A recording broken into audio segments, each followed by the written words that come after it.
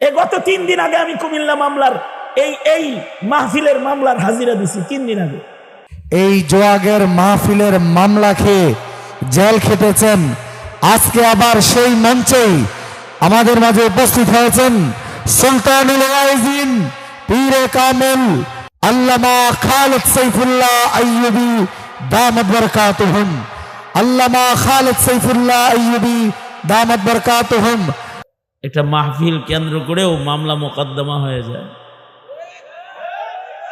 কতটা দূরত্ব আমাদের একে অপরের ভেতরে। আল্লাহর রাসূল সাল্লাল্লাহু আলাইহি ওয়াসাল্লামের কিছু হাদিস অনুবাদ শোনাই।